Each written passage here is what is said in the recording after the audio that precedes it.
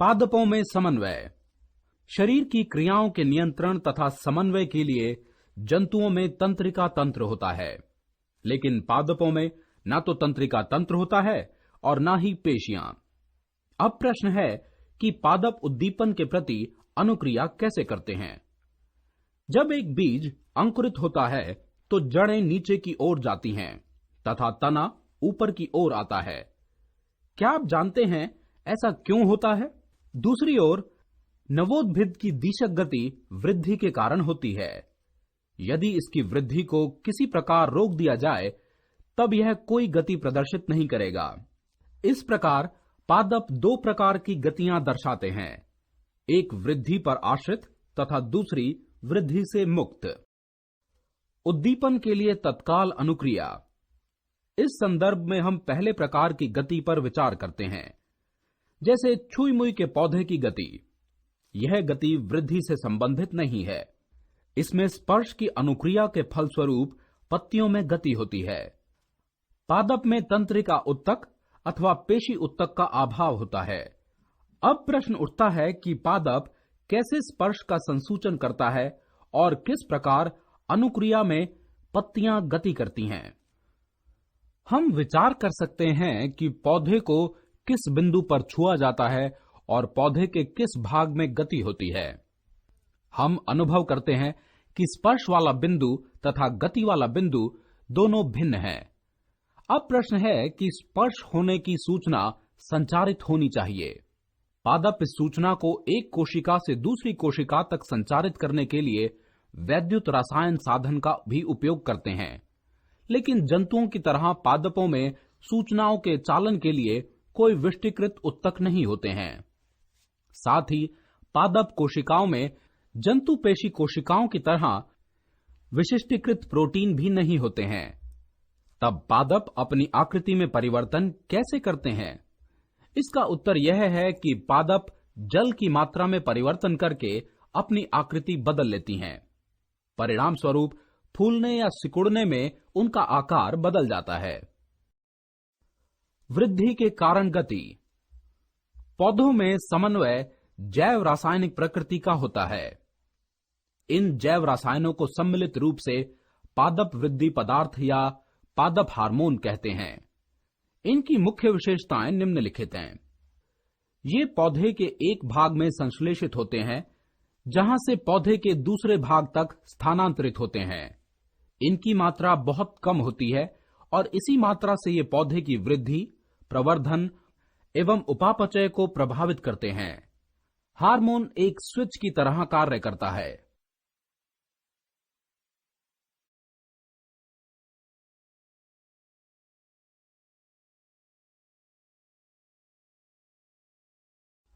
Oxygen. यह पौधों में पाया जाने वाला एक प्रमुख कार्बनिक यौगिकों का समूह है। पौधों में इसका संश्लेषण प्ररोह शीर्ष एवं नवजात पत्तियों में होता है। पौधों के शीर्ष भाग से ये नीचे के भाग में स्थानांतरित होते हैं। इंडोल एसिटिक अम्ल ऑक्सीजन का मुख्य यौगिक है। पौधे के शरीर में यह वृद्धि को बढ़ाता है या घटाता है। तनों की वृद्धि के लिए ऑक्सीजन की जितनी सांद्रता की आवश्यकता होती है, जड़ों की वृद्धि के लिए इससे बहुत कम सांद्रता की आवश्यकता होती है। ऑक्सीजन कोशिका दीर्घाकरण एवं इससे संबंधित प्रक्रिया में सहायक है। यह आरएनए एवं विशिष्ट प्रकार के एंजाइम संश्लेषण में सहायक है। जिबेरेलिन्स। लगभग 56 प्रकार के जिबेरेलिन्स विभिन्न पौधों में पाए जाते हैं। ये जिबेरेलिक अम्ल के ही व्युत्पत्तिकी हैं। ऑक्सीजन के विपरीत ये पौधे के पूरे शरीर में स्थानांतरित होते हैं। जिबेरेलिन्स प्रारोह की वृद्धि में सहायक हैं। यह कोशिका दीर्घाकरण को उत्प्रेरित करता है। यह पुष्पन या फूल लगने की क्रिया को बढ़ाता है। यह बीजों की प्रस्तुति को समाप्त करता है और उनके अंकुरण की गति को बढ़ाता है। साइटोकाइनेंस। इस समूह के कई हार्मोन हैं जो विभिन्न पौधों के भिन्न भिन्न भागों में पाए जाते हैं। ये जड़ों में संश्लेषित होते हैं। इनका स्थानांतरण मुख्य रूप से नीचे से ऊपर की ओर होता है। यह उत्तक विभेदन एवं जड़ों के बनने में सहायक हैं। यह आरएनए एवं प्रोटीन के संश्लेषण में सहायक हैं। यह पौधों में जीर्यमान को रोकता है। ये वृद्धि में सहायता करते हैं। एथाइलिन, यह गैसीय पदार्थ है जो फलों एवं पत्तियों में निर्मित होता है।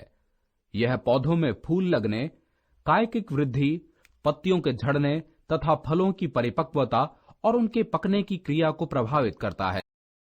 जंतु तंत्रिका तंत्र, हमने पिछली कक्षा में पढ़ा था कि जंतुओं में नियंत्रण एवं समन्वय तंत्रिका या पेशी उत्तक द्वारा किया जाता है।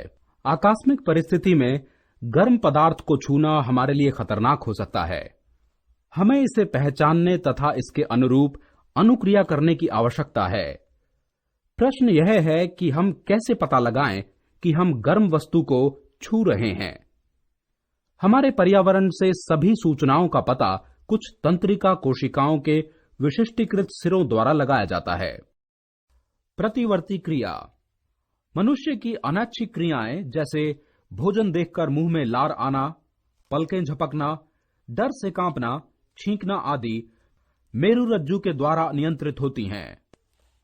इन क्रियाओं पर मनुष्य की इच्छा शक्ति का प्रभाव नहीं होता है। इस तरह की क्रियाएं जो तुरंत होती हैं और उसे मस्तिष्क में जाने की आवश्यकता नहीं होती, प्रतिवर्ती क्रियाएं कहलाती हैं।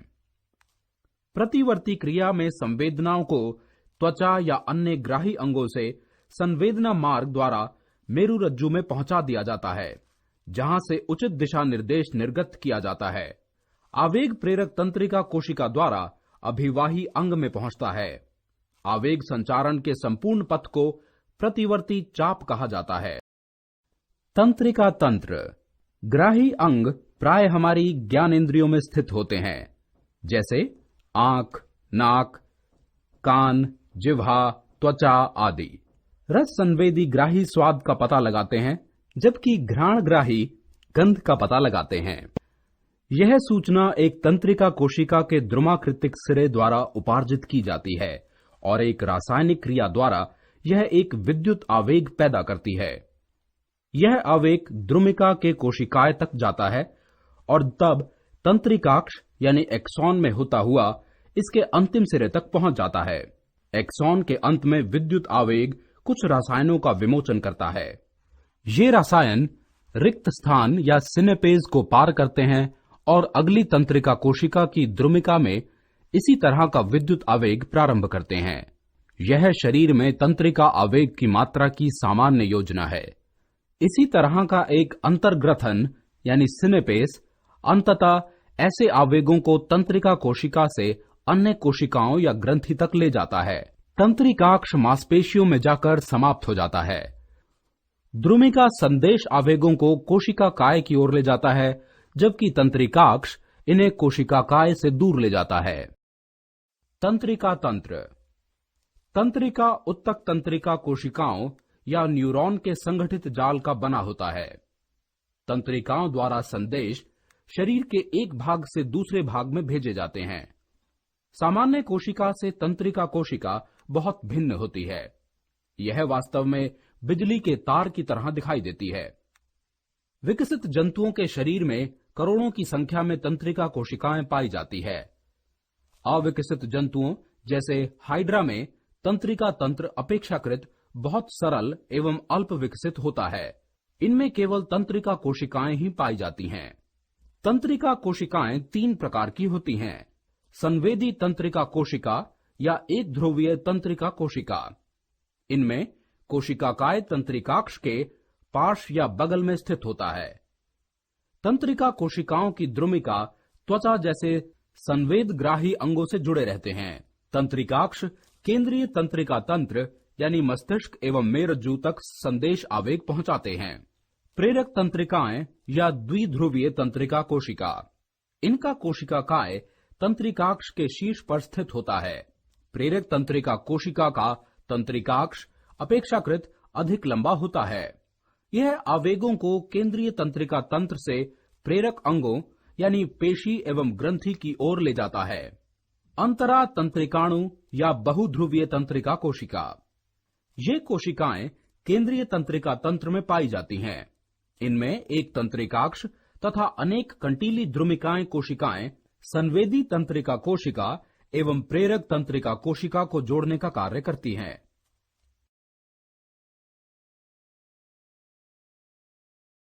तंत्रिका उत्तक। अब तक हम तंत्रिका उत्तक की चर्चा कर रहे थे।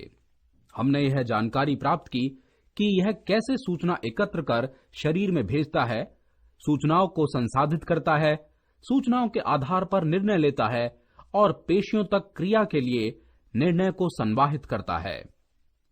दूसरे शब्दों में, जब क्रिया या गति संपन्न होनी होती है तब पेशी उत्तक का काम अंतिम होता है। अब प्रश्न यह है कि जंतु पेशी कैसे कार्य करती है। जब तंत्रिका आवेग पेशी तक पहुंचता है तो पेशी गति करती है। दूसरा प्रश्न है कि एक पेशी कोशिका कैसे गति करती है।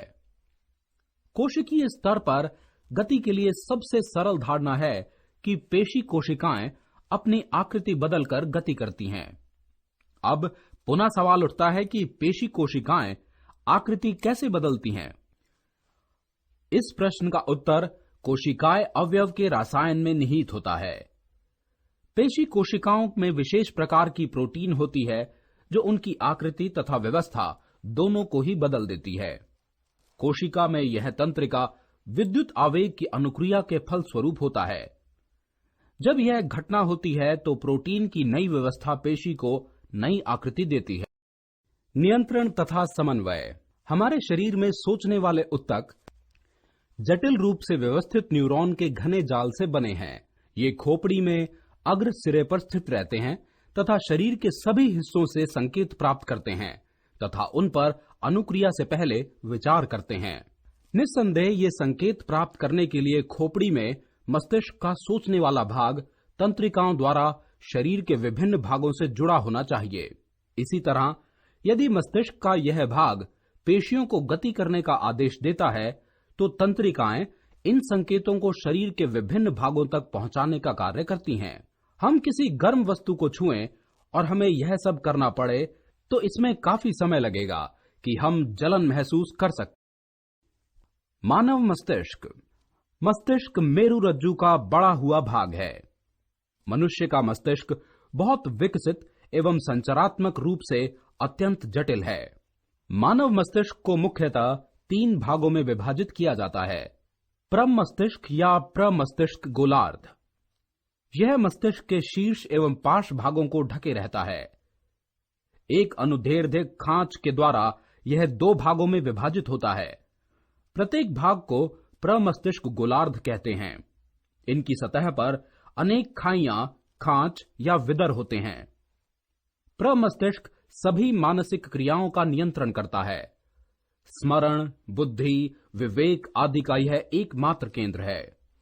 देखने, अनुभव करने, सूंघने, सुनने आदि क्रियाओं के लिए प्रमस्तिष्क में निश्चित स्थान होते हैं। अनुमस्तिष्क। अनुमस्तिष्क यह प्रमस्तिष्क के ठीक पीछे तथा नीचे स्थित होता है। इसकी सतह पर भी खांच या विदर होते हैं। यह शरीर को संतुलित रखता है तथा बातचीत करने और चलने फिरने एवं ऐच्छिक पेशियों के कार्य पर नियंत्रण रखता है। इसमें अनियमितता या गड़बड़ी होने पर शरीर का संतुलन बिगड़ जाता है। मेडुला ऑब्लोंगेटा यह मस्तिष्क के सबसे पीछे का बेलनाकार भाग है। यह अनैच्छिक कार्यों जैसे पाचन, श्वसन, रक्त परिसंचरण, हृदय गति, उत्सर्जन क्रिया, खांसना, छींकना, हिचकी आना आदि का केंद्र है। सम्मिलित रूप से मस्तिष्क के निम्न कार्य हैं। सभी संवेदी अंगों से संदेश ग्रहण करना, इन संकेतों का उत्तर देने के लिए सूचनाओं को उचित कार्यवाही के लिए प्रेरक तंत्रिका द्वारा पेशियों तथा ग्रंथियों में भेजना, विभिन्न संवेदी अंगों से प्राप्त उद्दीपनों तथा शरीर की क्रियाओं का समन्वय करना, चेतना तथा ज्ञान को सूचना के रूप में संग्रह करना और पिछले अनुभवों के आधार पर व्यवहार में परिवर्तन करना। मस्तिष्क का यही वह कार्य है जो मस्तिष्क को सोच विचार तथा चेतना का अंग बनाता है।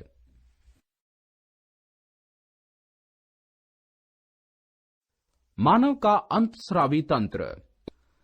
जंतुओं के शरीर द्वारा संपादित होने वाली क्रियाओं का नियंत्रण एवं समन्वय हार्मोन एवं तंत्रिकीय विधि से होता है। हार्मोन सरल या जटिल कार्बनिक रसायन है, इसलिए हार्मोन द्वारा शारीरिक प्रक्रिया के समन्वय को रासायनिक समन्वय भी कहते हैं। हार्मोन विशेष प्रकार की ग्रंथियों द्वारा स्रावित होते हैं, जिन्हें नलिका विहन ग्रंथियां या अंतस्रावी ग्रंथियां कहते हैं। जंतुओं एवं मनुष्य के शरीर में बहिर्स्रावी ग्रंथियां भी होती हैं, जिनसे जुड़ी नलिकाएं भी मिलती हैं। ऐसी ग्रंथियों में अश्रु ग्रंथियां, स्वेद ग्रंथियां, लार ग्रंथियां आदि हैं। इन्हें नलिका युक्त ग्रंथियां या बहिर्स्रावी ग्रंथियां कहते हैं। हार्मोन की मुख्य विशेषताएं निम्नलिखित हैं। हार्मोन अंतस्रावी ग्रंथियों द्वारा रिसावित किए जाते हैं। हार्मोन रासायनिक रूप से या तो स्टेरॉयड हैं या पॉलीपेप्टाइड या प्रोटीन या अमीनो अम्लों के सरल या जटिल यौगिक हैं। हार्मोन अंतरिसावी ग्रंथियों से रिसावित होने के बाद उत्तक में विसरित होकर रक्त परिसंचरण में आता है। इसके द्वारा हार्मोन लक्ष्य अंगों या लक्ष्य क्षेत्र तक पहुंचता है और उपापचय को कई प्रकार से प्रभावित करता है। अतः हार्मोन को संवेदवाहक भी कहते हैं। हार्मोन अति सूक्ष्म मात्रा में बनते हैं, लेकिन ये बड़े ही प्रभावशाली होते हैं। इनका प्रभाव स्थायी होता है। अंतरिसावी ग्रंथियों की अधिक क्रियाशीलता या अतिक्रियता के कारण अधिक हार्मोन तथा कम क्रियाशीलता या अल्प क्रियता से कम हार्मोन रिसावित होता है। दोनों स्थितियों में शरीर प्रक्रिया दुष्प्रभावित होती है और शरीर में रोग उत्पन्न हो जाते हैं। मानव शरीर में पाए जाने वाले अंतरिसावी ग्रंथियां निम्नलिखित हैं। पीयूष ग्रंथि, यह ग्रंथि मटर के बीज के समान 0.5 ग्राम वजन का होता है। यह तालू एवं मस्तिष्क के अधर तल के बीच स्फेनॉइड अस्थि के गर्त में स्थित होता है। इसे शरीर की प्रधान नियंत्रक ग्रंथि भी कहते हैं, क्योंकि हमारे शरीर में न केवल बहुत सारे हार्मोन रिसावित करता है, बल्कि अन्य ग्रंथियों को भी नियंत्रित रखता है। इसे मास्टर ग्रंथि के नाम से जाना जाता है। पीयूष ग्रंथि द्वारा निम्नलिखित हार्मोन रिसावित होते हैं। क, वृद्धि हार्मोन, यह हड्डियों की वृद्धि को नियंत्रित करता है। हार्मोन की अधिकता एवं अतिक्रियता से महाकायता या शरीर की लंबाई में सामान्य से अधिक वृद्धि होती है, तथा कमी एवं अल्पक्रियता से बौनेपन या वामनता या शरीर की लंबाई में सामान्य से कम वृद्धि होती है। ख, थायरोट्रोपिक हार्मोन या थायराइड उत्तेजक हार्मोन, यह हार्मोन थायराइड ग्रंथि को उत्तेजित करता है, जिसके फलस्वरूप थायरॉक्सिन एवं ट्राइडोथायरॉक्सिन हार्मोन रिसावित होता है। ग, जनन ग्रंथि नियंत्रक हार्मोन, यह स्त्री एवं पुरुष के जननांगों के कार्य का नियंत्रण करता है। ये दो प्रकार के होते हैं। नंबर 1, पुट्टिका उत्तेजक हार्मोन, वृषण में शुक्राणु के बनने की क्रिया तथा अंडाशय में पुट्टिका वृद्धि में सहायक है। नंबर 2, ल्यूटिनाजाइन हार्मोन या अंतरालीय कोशिका उत्तेजक हार्मोन, पुरुषों में यह वृषण के अंतरालीय कोशिकाओं को टेस्टिट्रोन्स रिसावित करने के लिए उत्तेजित करता है। स्त्री में यह अंडाशय से अंडाणुओं को बाहर निकालने में और एस्ट्रोजन एवं प्रोजेस्टेरोन के रिसावित होने में सहायक है। घ, एड्रीनोकॉर्टिकोट्रोपिक हार्मोन, यह अधिवृक्क वल्कुट से बाहर निकलने वाले रिसाव को नियंत्रित करता है। ड, दुग्धजनक हार्मोन, यह स्तनों में दुग्ध रिसाव को उत्तेजित करता है, जिससे जन्म के बाद शिशु का पोषण होता है।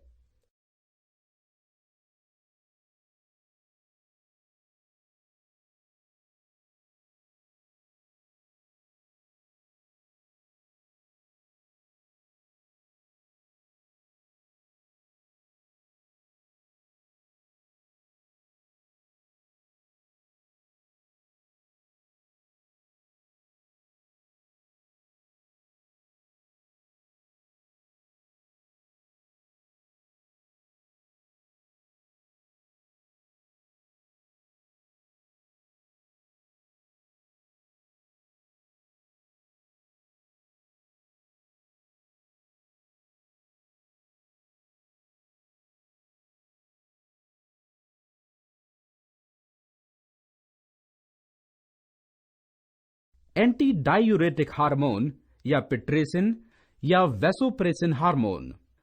यह हार्मोन शरीर में जल संतुलन बनाए रखने में सहायक है। इसके प्रभाव से छोटी छोटी धमनियों का संकीर्णन होता है और रक्तचाप बढ़ जाता है। अवटु ग्रंथि, यह ग्रंथि स्वर यंत्र के ठीक नीचे श्वास नली के शीर्ष के पास दोनों ओर स्थित रहती है। इससे दो प्रकार के हार्मोन रिसावित होते हैं, क थायरॉक्सिन, ख ट्राइयोडोथायरोरिन। ये दोनों हार्मोन निम्नलिखित कार्य संपादित करते हैं। यह दूसरे अंतरिसावी ग्रंथियों के कार्य को प्रभावित करते हैं। यह अधिवृकक वल्कुट को उत्तेजित करता है। अधिवृकक वल्कुट से रिसावित हार्मोन जननांगों की क्रियाशीलता को प्रभावित करता है। पीयूष ग्रंथि द्वारा रिसावित हार्मोनों के साथ कार्य करके यह शरीर में जल एवं विद्युत अपघट्य के सांद्रण को संतुलित रखता है। शरीर की सामान्य वृद्धि, विशेषकर हड्डी एवं बाल आदि की वृद्धि में यह सहायक है। थायरॉक्सिन श्वसन गति को तीव्र करता है। थायराइड ग्रंथि के कार्य की अनियमितता के कारण शरीर में कई रोग हो जाते हैं। थायराइड ग्रंथि की अल्पक्रियता के कारण उत्पन्न रोग। अवटु वामनता, बच्चा मंद बुद्धि होता है। वयस्क भी बच्चे समान दिखते हैं। अवटु अल्पक्रियता, जनन कार्य संभव नहीं हो पाता। मनुष्य गूंगा एवं बहरा भी हो जाता है। मिक्सडीमा, उपापचय की क्रिया मंद हो जाती है। फलस्वरूप हृदय स्पंदन एवं रक्तचाप में कमी आ जाती है। शरीर में वसा का संचय अधिक होता है। त्वचा शुष्क हो जाती है। थायराइड ग्रंथि की अतिक्रियता के कारण उत्पन्न रोग। टॉक्सिक गॉइटर, इस रोग में उपापचय की गति तीव्र हो जाती है, जिसके फलस्वरूप हृदय गति एवं श्वसन गति तीव्र और रक्तचाप में वृद्धि हो जाती है। इसमें तंत्रिकीय अनियमितता भी हो जाती है। नेत्रोत्स्थेदी, आंख फूलकर नेत्र कोटर से बाहर निकल आता है। भोजन में आयोडीन की कमी से थायराइड ग्रंथि नियमित रूप से कार्य नहीं करती है। इससे थायराइड ग्रंथि का आकार बहुत बढ़ जाता है और घेगा या गलगंड हो जाता है या उसका ह्रास होने लगता है। आयोडीन की कमी को खाने वाले नमक में पोटाशियम आयोडाइड की अल्प मात्रा मिलाकर पूरी की जाती है। परावट्टु ग्रंथि, यह मटर के बीज के आकार की दो जोड़ी रचनाएं हैं जो थायराइड के पीछे इससे चिपकी और आंशिक रूप से इसमें अंत स्थापित होती हैं। इससे निम्नलिखित दो हार्मोन रिसावित होते हैं। क परावट्टु हार्मोन, यह रक्त में कैल्शियम एवं फास्फोरस की मात्रा को नियमित करता है। इससे हड्डियों की वृद्धि एवं दांतों के विकास प्रभावित होते हैं। इस हार्मोन की कमी से हड्डियों एवं दांतों की वृद्धि रुक जाती है एवं मांसपेशियों में परावट्टु संकुचन हो जाता है। हार्मोन की अधिकता से शरीर से अधिक कैल्शियम मूत्र द्वारा निकल जाता है, जिससे हड्डियां एवं दांत दोनों कोमल एवं कमजोर होने के साथ साथ टेढ़ी हो जाती हैं। वृकक में पथरी भी हो जाती है। ख कैल्सीटोनिन, यह रक्त में कैल्शियम की मात्रा घटाकर उसे हड्डियों में जमा होने के लिए प्रेरित करता है। हड्डियों में कैल्शियम की आवश्यकता होती है। अधिवृकक ग्रंथि, यह वृकक के ऊपरी सिरे पर स्थित होता है। इसके दो भाग होते हैं। क वल्कुट या बाहरी भाग या प्रांतस्था एवं ख मध्यांश या अंदर का भाग या अंतस्था। अधिवृकक प्रांतस्था द्वारा रिसावित हार्मोन। नंबर 1 ग्लूकोकॉर्टिकॉइड्स, ये कार्बोहाइड्रेट, प्रोटीन एवं वसा के उपापचय का नियमन एवं रक्त के जल तथा विद्युत अपघट्य के नियंत्रण में सहायक है। उदाहरण कॉर्टिसोन तथा हाइड्रोकॉर्टिसोन। नंबर 2 मिनरेलोकॉर्टिकॉइड्स, इस समूह के हार्मोन द्वारा शरीर में जल संतुलन एवं सोडियम क्लोराइड, पोटाशियम एवं फॉस्फेट आदि लवणों का नियंत्रण होता है। उदाहरण एल्डोस्टेरोन एवं डीऑक्सीकॉर्टिकोस्टेरोन। नंबर 3 लिंग हार्मोन, ये हार्मोन हड्डियों एवं मांसपेशियों के प्रवर्धन एवं यौन आचरण का नियंत्रण करते हैं। उदाहरण एंड्रोजेनिक एवं एस्ट्रोजेनिक। अधिवृकक प्रांतस्था अत्यंत आवश्यक अंग है। इसमें अनियमितता आने से एडिसन रोग उत्पन्न होता है। इसमें दुर्बलता आ जाती है एवं रक्तचाप न्यून हो जाता है। अधिवृक्क अंतस्था द्वारा रिसावित हार्मोन, इससे दो हार्मोन रिसावित होते हैं। क एपिनेफ्रीन या एड्रेनलिन, ख नॉर एपिनेफ्रीन या नॉर एड्रेनलिन। ये दोनों हार्मोन एक समान कार्य करते हैं। इनके निम्नलिखित प्रमुख कार्य हैं। नंबर 1, ये अरेखित मांसपेशियों की गति को उत्तेजित करते हैं। नंबर 2, ये रक्तचाप को नियंत्रित करते हैं।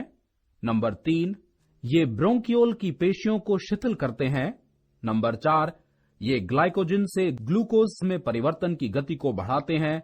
नंबर 5, भावात्मक दबाव जैसे भय, क्रोध, मनस्ताप आदि की स्थिति में अधिक हार्मोन रिसावित होते हैं। हृदय गति मंद पड़ जाने पर आपातकालीन दवा के रूप में एड्रेनलिन तथा दमा के रोगी के लिए एपिनेफ्रीन का प्रयोग औषधि के रूप में होता है। अग्नाशय, यह ग्रंथि आमाशय एवं ग्रहणी के बीच स्थित रहती है। अग्नाशय में विशिष्ट प्रकार की कोशिकाओं के समूह पाए जाते हैं जिन्हें लैंगरहैंस की द्वीपिकाएं कहते हैं। इससे दो हार्मोन रिसावित होते हैं।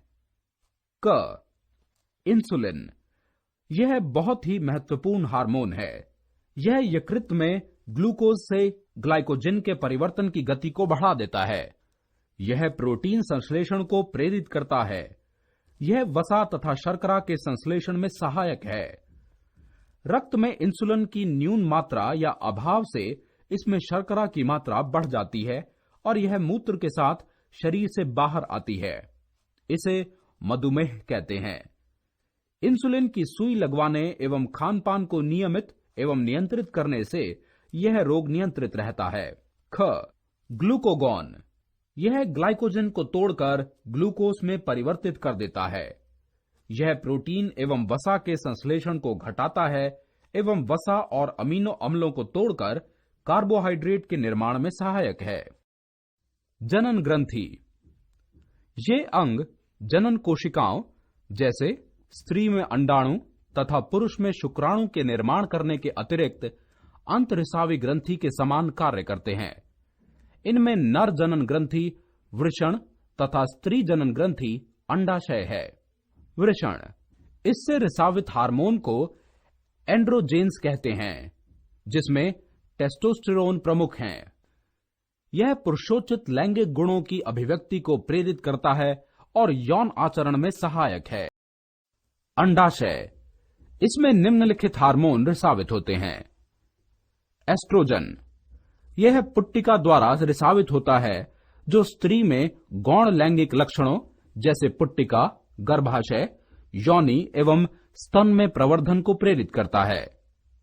इसके सामान्य रूप से रिसावित होने से शरीर एवं नितंब की वृद्धि, काखों एवं जघन क्षेत्रों में बाल का उगना एवं स्त्रियों का पुरुषों के प्रति आकर्षण आदि प्रभाव होते हैं। प्रोजेस्टेरोन, पित्तपिंड और अपरा द्वारा यह हार्मोन गर्भाधान के बाद रिसावित होता है। यह एस्ट्रोजन से मिलकर स्तन में वृद्धि करता है, जिससे जनन के बाद मां शिशु को दूध पिला सके। यह एस्ट्रोजन से मिलकर गर्भाशय को भ्रूण के आरोपण के लिए तैयार करता है और गर्भावस्था को सुरक्षित रखता है।